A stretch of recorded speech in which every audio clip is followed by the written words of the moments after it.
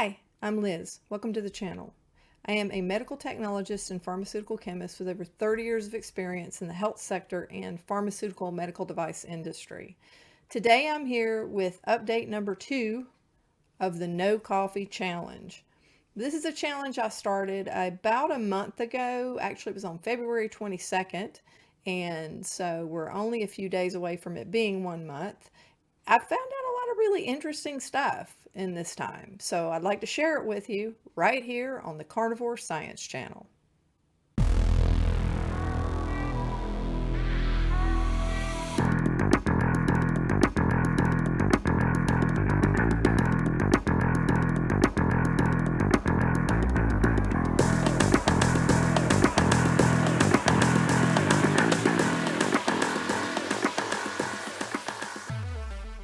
Hi guys. First of all, apologies. If you hear a loud crash or it sounds to you like there's a water buffalo running through a parakeet factory, it's not.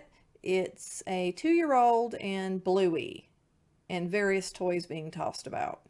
So not much I can do about it. I do apologize. I'm here to talk to you about the No Coffee Challenge and my progress. It's almost been 1 month. I'm about 5 days shy of that. I started on the first day without coffee was February 22nd. I found out some really interesting stuff.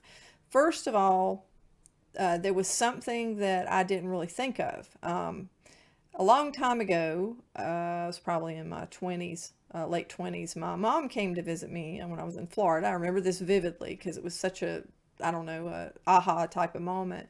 I had a really bad headache, which I don't get headaches that often, but I had a bad headache, and my mom goes, "Well, why don't you just drink a cup of coffee?" And I'm thinking, well, what? That just didn't, that sounded so odd to me that she said that, even though, I make drugs for a living, and I knew there were formulations with caffeine in such drugs, but since I didn't really get headaches that often, I really didn't put two and two together. But I did try it because I was pretty desperate, and I'll be damned if 15 minutes later it didn't work like a charm. And ever since then, I have always used coffee to cure a headache. Now, you can get headaches from not drinking caffeine if you drink a lot of caffeine. And I have had that happen where I used to drink like multiple cups a day, and if I went without it, I actually got a headache from not drinking coffee.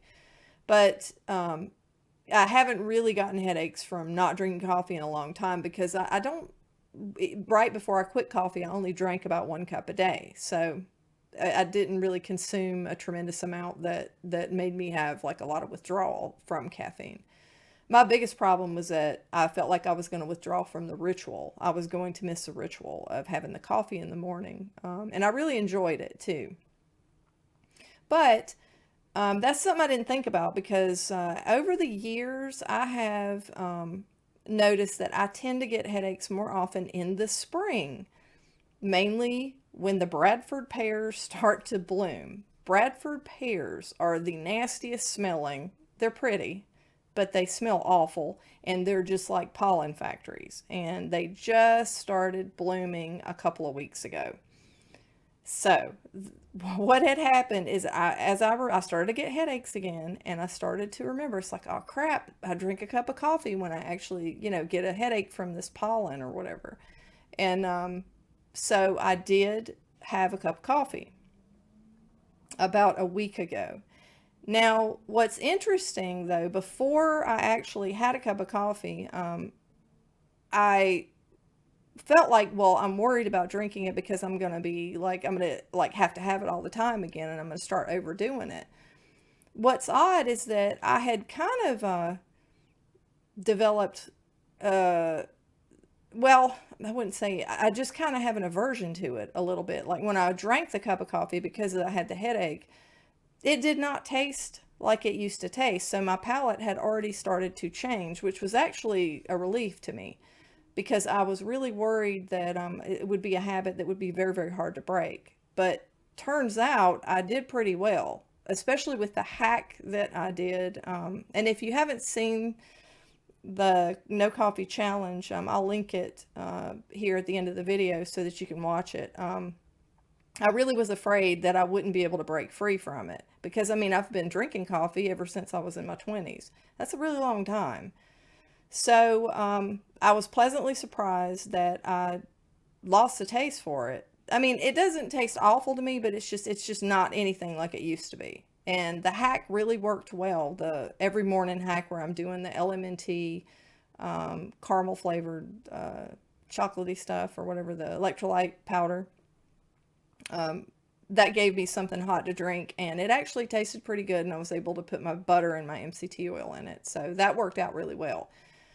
But I didn't really think about it until everything started blooming, that I do use coffee basically as medicine. And it works really well. In fact, I never really liked using the acetaminophen's very toxic to your liver, and ibuprofen is horrible for your stomach lining. So those are just awful things. So of all the things that you could pick to actually cure a headache, coffee is the least of a lot of animals. And I know you can do caffeine pills, but again, I think I would just pick a cup of coffee over that. Especially given that now I know that I can take it or leave it, and I don't have this horrible addiction to coffee that I thought I couldn't break. So that's really good news. Now, another thing that I'm going to say that I defended pretty well solved the mystery of why I was having leg cramps. It was the coffee, definitely, because by the time, uh, well, there's two things. So about a week ago, I introduced coffee again. Obviously, I had a cup, and I didn't have any leg cramps, but I could almost feel the difference in my feet and my muscles after I drank. I had two cups like on two different days because I was trying to get rid of the pollen headaches or whatever you want to call it.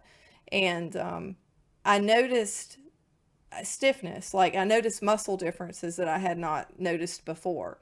Because if you drink something on a regular basis, you're not going to really notice these little subtle cues. And also, my water intake was much better. But I really think, I have a feeling that even though, I'm getting the minerals and nutrients and things like that that I need, um, you know, caffeine bind a lot of the anti-nutrients in the caffeine, like bind the calcium and magnesium. And I think basically that's what was happening, and that's the reason I had the because I had them pretty regular, had the leg cramps and foot cramps really. So those went away completely, and I would have had one in that period of time. I would have at least had one or a slight one or something, and basically they went away and didn't return. But I felt like whatever it feels like when you kind of, before you get a cramp, about after I had the second cup of coffee, I felt the weirdness kind of coming back. So if you've had problems with leg cramps and you're not sure what it is causing it and you are a coffee drinker, try getting rid of it and see what happens. Because I believe that, and it could be, the fact that when I drink coffee, and I mentioned this before, that I don't want to drink water for some weird reason. Like I don't want to drink water at all, and I avoid water like the plague when I drink coffee regularly. I think the water and then also the coffee itself, which, it binds up the calcium and magnesium, it causes that kind of thing. So that was very interesting. But my biggest takeaway from it is that, and I'm not an absolutist. I'm not a, you know, think if you, like, you can never have medicine again if you really need it and that kind of thing. I'm not one of those people that go off on one ditch or another about stuff. I mean, I don't want to drink coffee on a regular basis. And I think the fact that I've drank it since I was 20 something years old is horrifying because I'm 57, and that's just nuts to drink every day of your life, to drink that much of something, and the fact that you're chained to it like it's, something you can't live without. I don't like that. I don't want to be addicted to anything. But I forgot all about the fact that, come spring, I usually use it for headache relief periodically. And it's not all the time. It wouldn't be every day or anything. It's maybe, in the springtime when the pollen's really high, I don't know, maybe once, at most 2 times a week, but that's only for maybe, I don't know, 2 or 3 weeks out of the year. So that's just an interesting observation I wanted to share with you guys. That's pretty much it. That's the basics, but I do feel better without the coffee. I was surprised my palate changed as fast as it did, and I'm going to continue to not drink the coffee, but I will drink it if I need it periodically. I don't want to do something constantly. I'm not going to jump off a cliff because oh my God, if I break down and have a cup of coffee for, especially because I'm doing it for headache relief. I don't like the taste of it as much anymore though, and I'm kind of glad for that because, medicine doesn't necessarily have to taste good, but as long as it works, and is the lesser of a bunch of evils. So put your comments down below of what you've experienced and whether or not you've tried to give up coffee and how it's going and what you think and whether it made any difference. I know a lot of people it doesn't make a difference. Some people it really makes a big difference. With me, it's not anything earth shattering, but I believe the leg cramps won't come back. I think I've solved that mystery. So I guess if you like the video, if you can give it a like, and if you want to subscribe, do. And I will see you guys in the next video. Bye.